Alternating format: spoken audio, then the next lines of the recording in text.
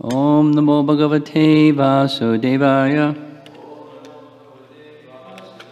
Om Namo Bhagavate Vasudevaya. Om Namo Bhagavate Vasudevaya.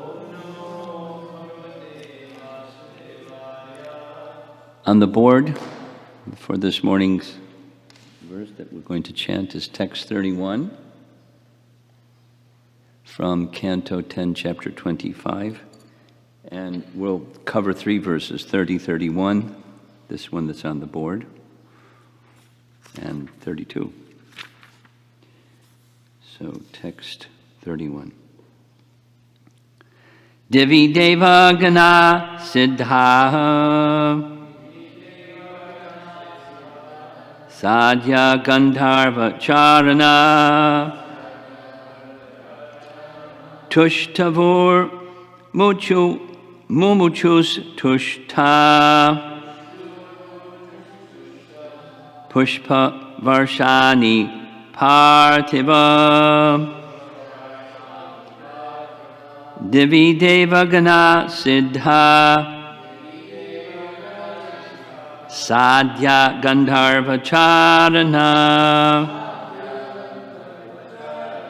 Tushtavur Mumuchus Tushta Pushpa Varshani Parthiva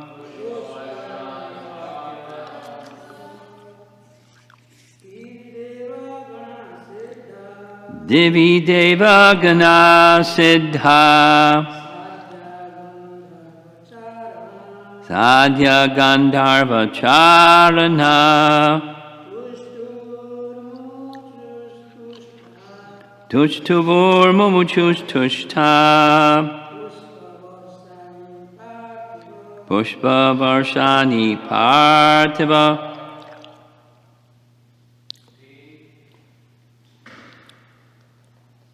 No? Okay, go ahead. Divi Deva Gana Siddha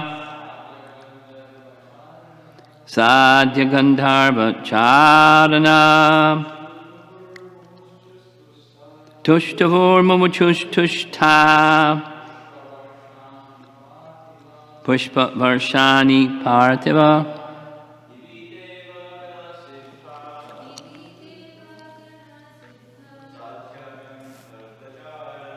Sadhya Gandharva Charana Tushtavur Mumuchus Tushta Pushpa Varshani Parthiva Divi Deva Gana Siddha Sadhya Gandharva Charana Tushtavur Mumuchus Tushta Pushpa Varshani Parthiva Divi in the heavens Deva Gana the demigods Siddha the Siddhas Sadhya the Sadhyas Gandharva Charana the Gandharvas and Charanas. Tushtuvuhu, they recited the Lord's praises. Mumuchuhu, they released. Tushta, being satisfied. Pushpa Varshani, downpours of flowers. Parthiva, O King Parikshit. And I'm going to go back to text 30 and read then the translations. So starting text 30.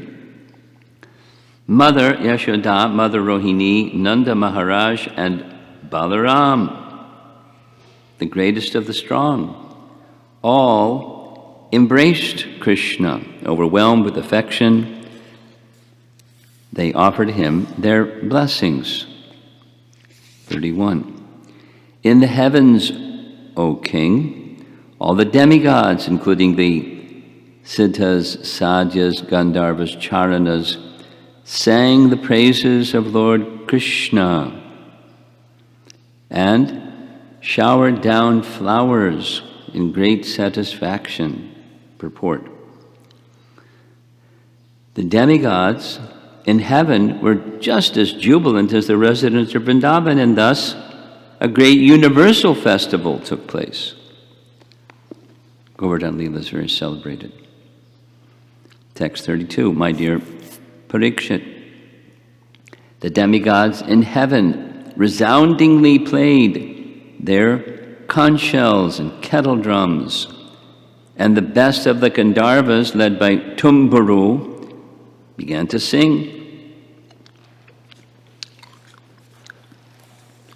So now I'm going to go to the commentaries.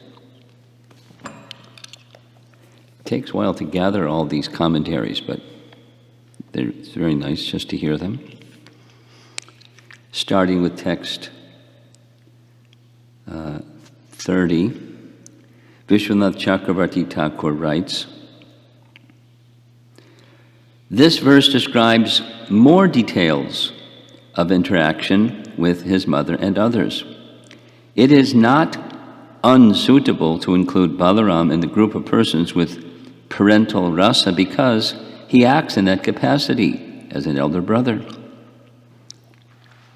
Quote, or question, but if this affectionate brother also holds up the earth in his expansion as Shesha, why did he not show his powers when his younger brother held up Govardhan and help him? Answer, the answer is that when Krishna made his decision to lift Govardhan, to stop worship of Indra and begin worship of Govardhan, and to protect the inhabitants of Vraja, it would be improper and impossible for his Angsa, Balaram, to do anything else. Thus Balaram did not show his powers. As Krishna is the Shaktiman, holder of all powers, by his desire alone, suitable powers will make their appearance in his Angsa. Meaning, Balaram will do whatever Krishna wants, and Krishna wants, he'll do. And if Krishna doesn't want, he won't do. So he's following the lead of Krishna. In succeeding verses also this conclusion is mentioned. In that area sometimes the ancient depiction is seen of Yashoda and Rohini offering butter to Krishna to eat, while Krishna's father and brother hold Govardhan on their heads. This is out of excitement due to their affection. Vishwanath.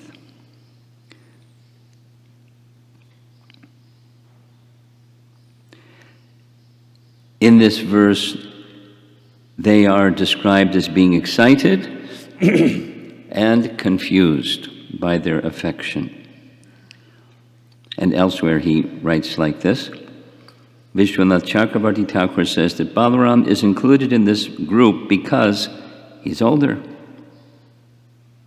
Then again, questions may arise, why did Balaram not expand as Sheshanag and lift the hill? The point is that Krishna had personally vowed to do this, and it would have been unfitting for an expansion to carry out the stated intention of Krishna himself.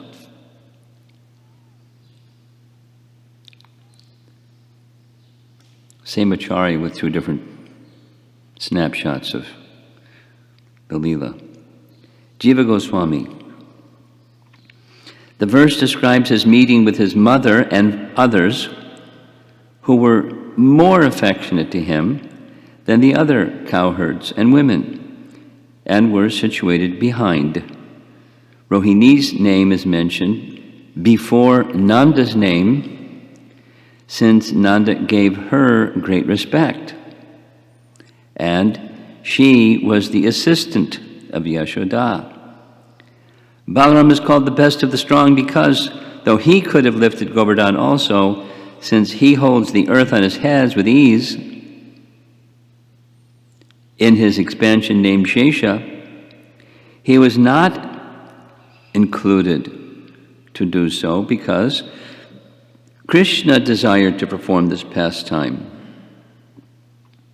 The phrase can indicate that he embraced Krishna with great intensity, agreeing with Krishna's desire.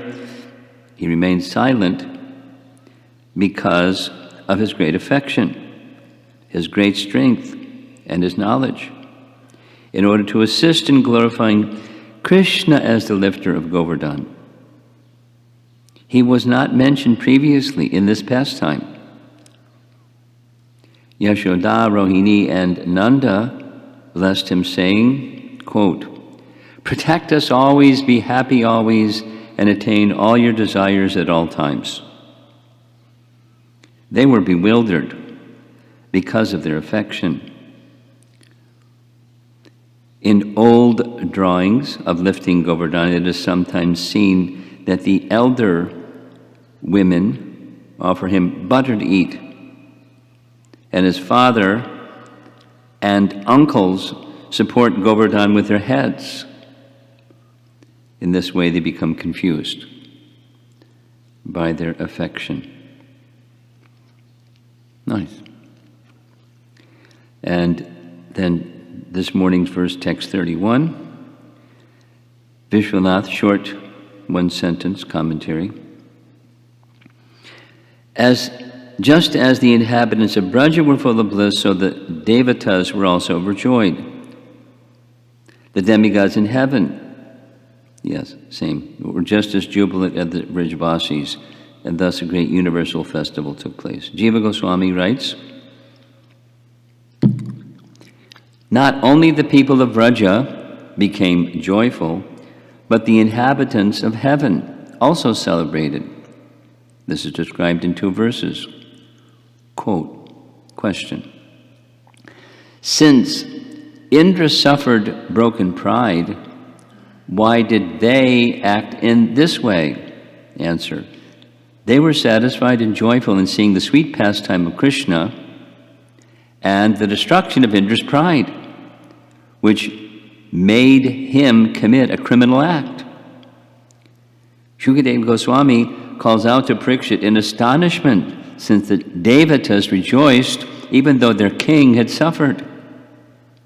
Just as one properly ignores the governor in defense of the king, so the Devatas properly ignored Indra in deference to the Supreme Lord. Oh, Parikshit, this is known to you. It should be understood that Indra was not angry by having his pride destroyed. And then the verse 32, Jiva Goswami, is very brief. The instruments were played skillfully and amazingly, prachodita, by the Devatas. The musicians were inspired by the dancing and singing. Divi is mentioned twice to indicate that the Devas in heaven were not afraid of Indra. By acting in this way, Shukadeva calls to Parikshit out of bliss to indicate that the king also celebrates in this way. And the Devatas skillfully composed songs at that moment.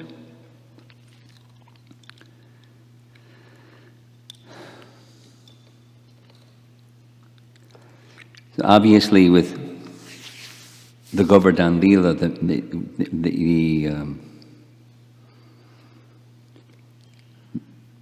this celebrated pastime is now being disclosed. The experience, the impression that the Leela has made on the hearts of different Brijvasis and different denizens of the higher regions, because Rasa Vaisaha, Krishna is the source of all rasa, and he is enjoying, stimulating their love for him. And their love for him is stimulated, and they respond in very specific ways.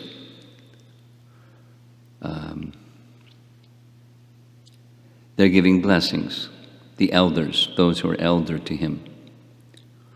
That's what elders do in Vedic culture. They give blessings, especially where blessings are deserving. And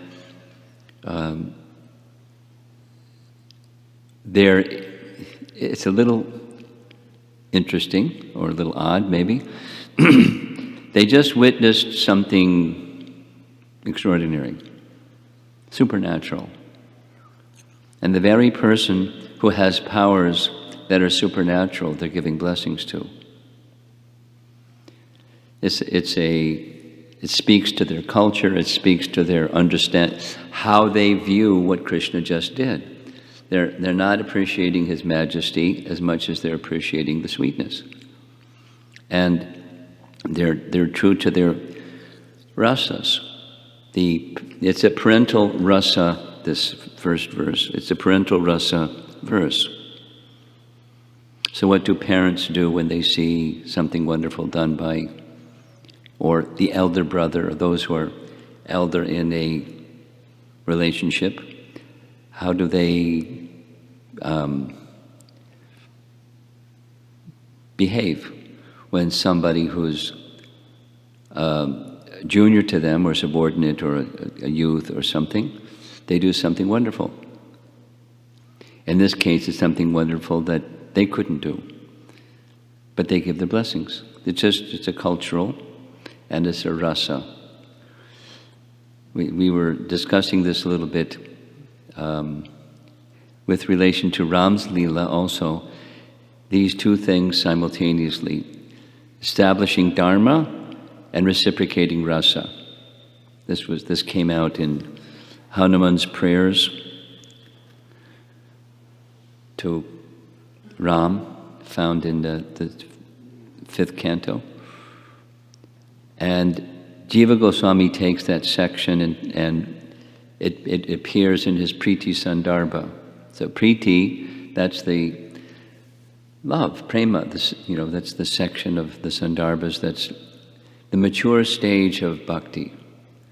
So that's Hanuman, and it fits in the Priti Sandarbha section.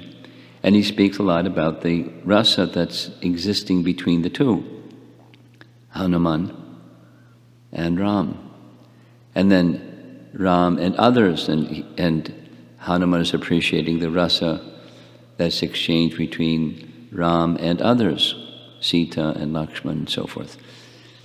But all the while upholding dharma, and all the while stimulating rasa. And showing his divinity or supremacy above everybody. So the residents of Braja are appreciated by the demigods as most exalted.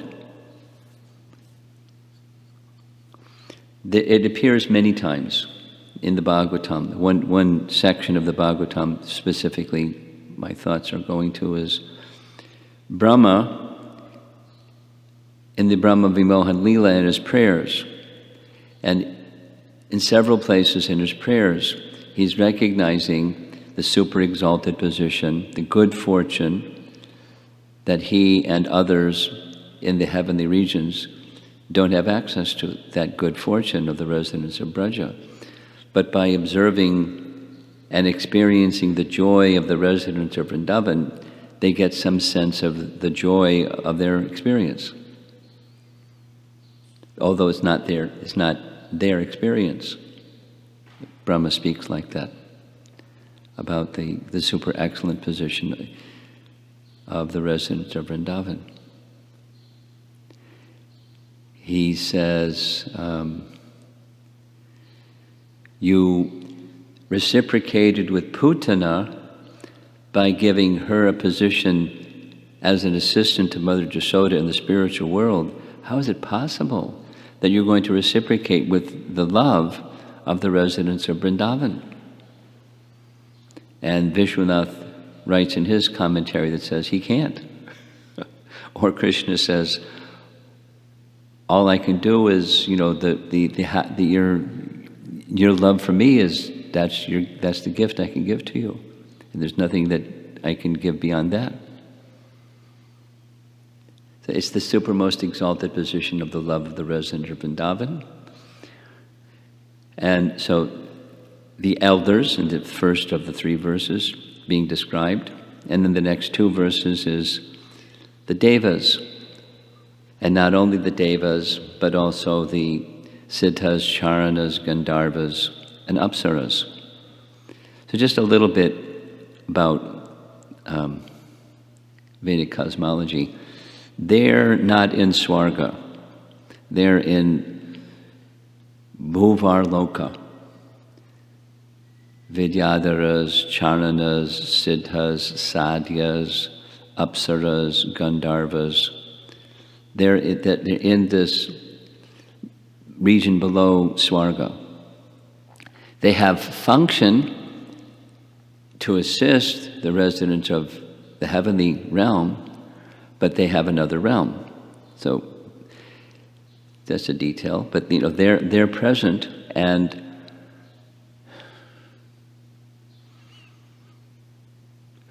how do they know what's going on? What's going on earth, because they're up there. So they have capacity of knowing things that beyond our sense of capacity to knowing things. Not only, for example, again and again, Prabhupada would repeat that those in Siddha Loka, they can travel anywhere without an airplane.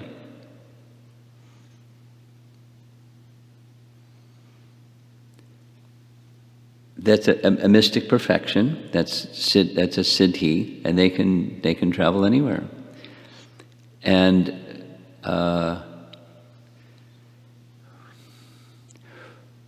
we don't find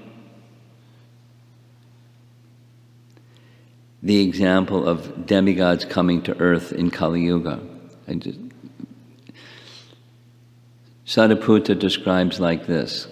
He uses language very familiar to us with this coronavirus situation. They quarantined the earthly realm because people are too toxic in Kali Yuga. So we don't hear of the siddhas and charanas and devas and so forth. But in the previous yuga, at the end of the previous yuga, here comes Indra, here comes Brahma. And is it like storybook? Is Shukadeva Goswami interested in fiction? So they came. And just yesterday, in describing some topics on Ravana, when he was traveling around in his Pushpaka Vimana, conquering, his plan was to personally confront everyone in the leaders in the universe, from Patala Loka, the Yamaraj and the Nagas and so forth, all the way up to the top.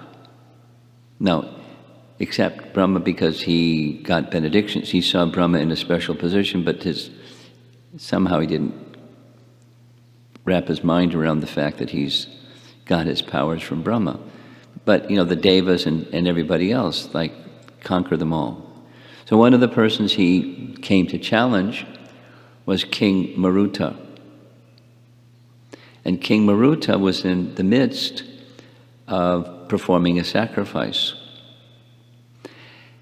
And when the sacrifice was being performed, the devas who were being propitiated by the sacrifice were right there. And when they saw Ravana coming in for a landing with this Pushpaka Vimana, they disappeared. It gives some details where they went, but they were afraid of him, and they knew that they couldn't do anything in relation to him because of Brahma's boon, so he just like, zoop, they went.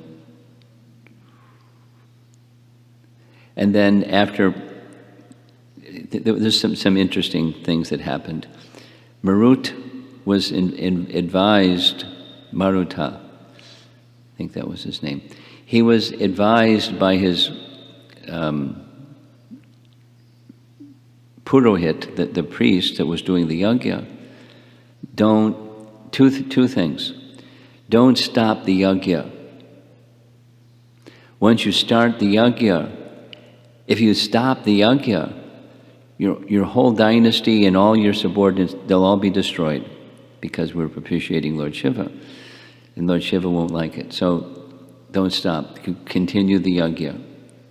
And besides, if you want to fight, he has this benediction from Brahma, you'll lose. So don't pick a fight when you're going to lose. Continue the yajna.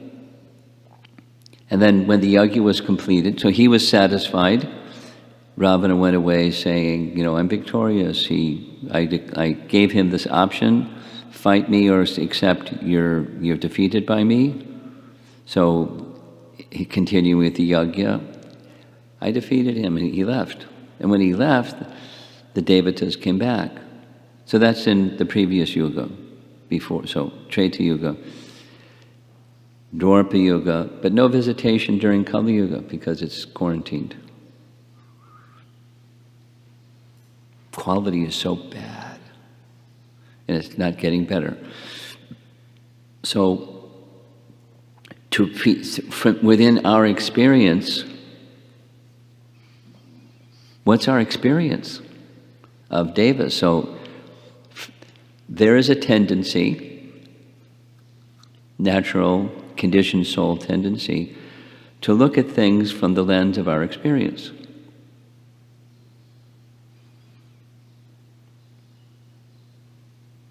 It's not surprising, it's quite normal.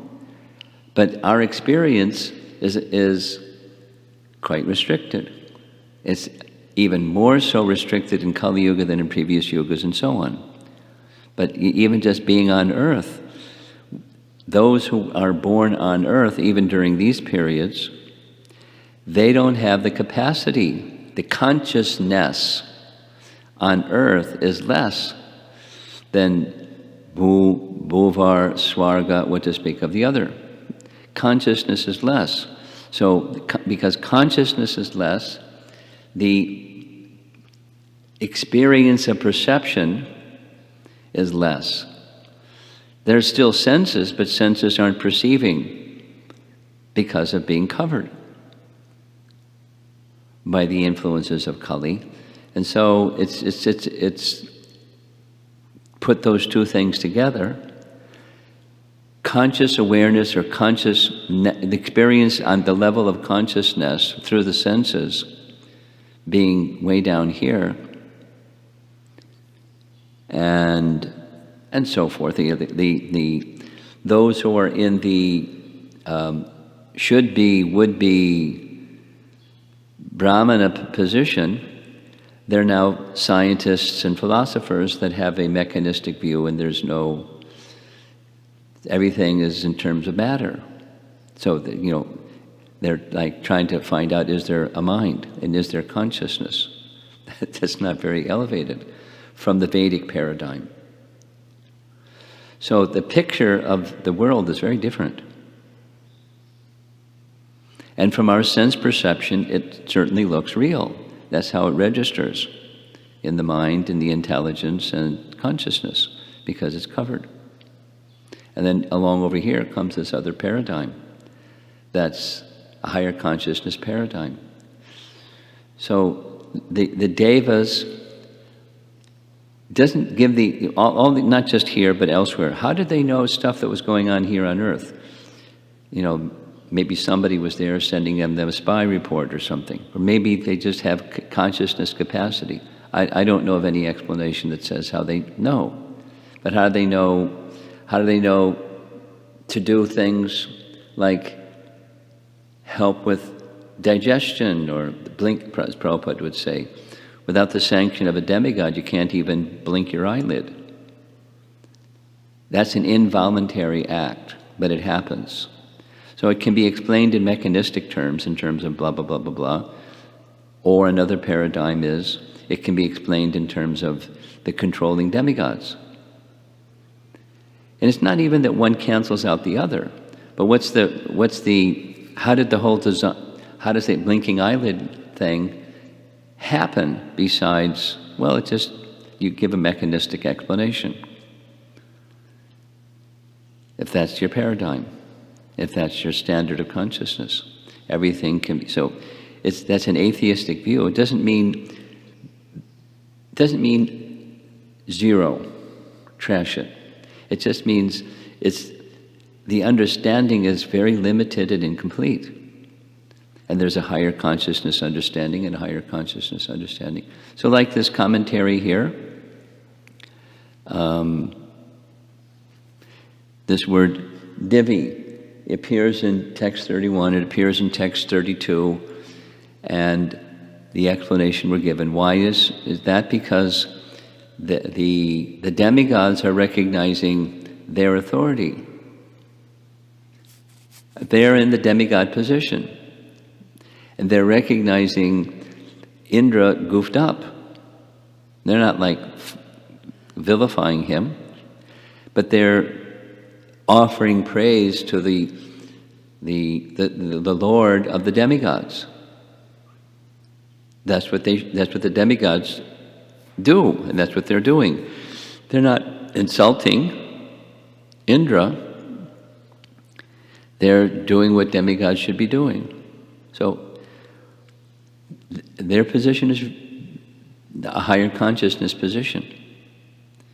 They're not yet at the standard of Brijbasis, or they're not at the standard of Vaikuntavasis. They're not at the standard of Shuddha Bhakti. But they're exalted personalities, and then there's personalities above those exalted personalities that are still within the universe. And then there's the Brijbasis. And they're within the universe, it appears, but their consciousness is special. And the commentary also indicates the certain amongst them, not just those who are elders, but certain amongst them, their names are mentioned because their intimacy with Krishna is superlative. It's not to say those that aren't in that position, their love for Krishna is inferior. That's the material way of looking at things, but it's not, we shouldn't make that mistake, because it's offensive. They're perfect souls, and there's more perfect, most perfect. That's how our acharyas help us. So we're being introduced to the most perfect souls, the Brijbasis, and the Siddhas and Charanas and Devas, and the regions above earth, they're also celebrating. They're having a big festival, the Govardhan Lila festival. They're understanding and appreciating the unique reciprocation that Krishna is providing for the residents of Vrindavan, and giving them the conscious experience, although flying in the sky, observing it. So it's one thing to observe it, and it's another thing to participate in it.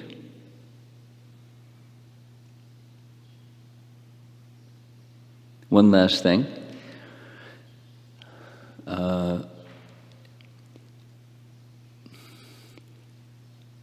In Jiva Goswami's commentary on Brahma Samhita, he explains there are stages that mantra meditation, specifically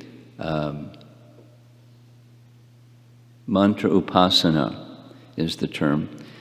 One may, by mantra upasana, one may see in one's mind, or have revealed in one's mind, the details of a pastime of Krishna, kind of like a snapshot, like paintings. show the artist's depiction of a pastime. And it's derived from a mantra or a text from the Vedas that's describing a pastime of Krishna. And by meditating on that sound, through sound, one can experience the pastime. You can see the pastime. You're the observer of the pastime. And then further is one not only can see and be present in the pastime, but one can enter into the pastimes through sound. That is, spiritual sound can carry one to the spiritual realm, above the upper regions of the material realm, above the position of the devas, for example, where they can see but not exactly participate. But they participate in their own way by singing praises and beating kettle drums, and they're very expert at composing music and verses and dancing and celebrating. They're having a festival, like we have festivals. And we're earthlings, not siddhas and charanas and gandharvas and devas. We can have festivals, and we should. And by doing that, it specifically, the sound vibration has the potencies to carry us to directly experience the pastime of Krishna's appearance or Krishna's lifting of Govardhan. We're not there because our consciousness is covered, but the potency is there. And the sound vibration can carry one to that position. That's the Vedic paradigm. Sound, everything is in sound. The material and spiritual experience is moved by sound. It's manifest by sound for our conscious experience. So somehow we're very fortunate. By our founder Acharya's mercy, we have these Srimad Bhagavatam text and the Bhaktivedanta purports, and now another door opens, and here comes some other commentaries by our elevated acharyas. It's a sound bath, like kirtan is a sound bath, or japa is a sound bath. Cleansing. We have a lot of cleansing to do, but the potency is there. We're in the right place, hearing this sacred sound vibration. See if there's some discussion.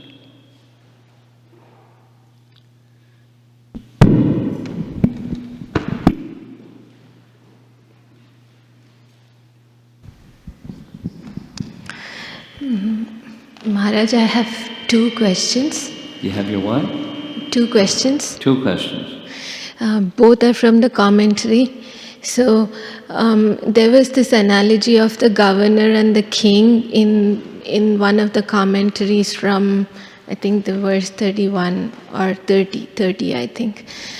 It spoke about how in the defense of the king, the governor can be overruled or something like that. Can you explain the analogy one more time? Could you say again what the commentary said slowly?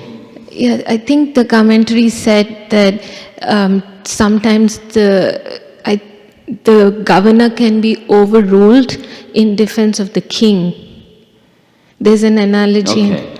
There's a king. Okay, sure. I got it. There's a king, and the king has people that assist the king. So the translation is using the word governor. Yeah. He's under the king. Mm-hmm. So other governors, they're accountable to the king. Yeah. So they're not disrespecting another governor if they're honoring the king. Is that clear? Yeah. They're not, Indra God his, so they're not doing that. They're doing what governors do. They honor the king. Okay? The second question? Again, in the commentary, there is I think it is Jiva Goswami who is speaking. You think it's what? Jiva Goswami. Jiva Goswami, okay. So he's talking about the residents of Vrindavan being excited and confused. So what is the confusion about? Well, in principle, sometimes we become so... Let's take, the situation with Dhruva, because we covered that recently. Yeah. When he was touched by the conch shell of Lord Vishnu, he was certainly excited, but he was also confused. Like, I want to glorify, but I don't know how to properly glorify. And then the conch shell touched, seeing what he saw. So we may, it can work in both directions. In sadness, become confused, or in joy, become so joyful we become confused. What should I do? What's appropriate? And we lose sense of social proprieties. They became confused. I mean, they just saw Krishna do something that was like fantastic. And now how do they properly extend themselves to he who just did this super fantastic thing?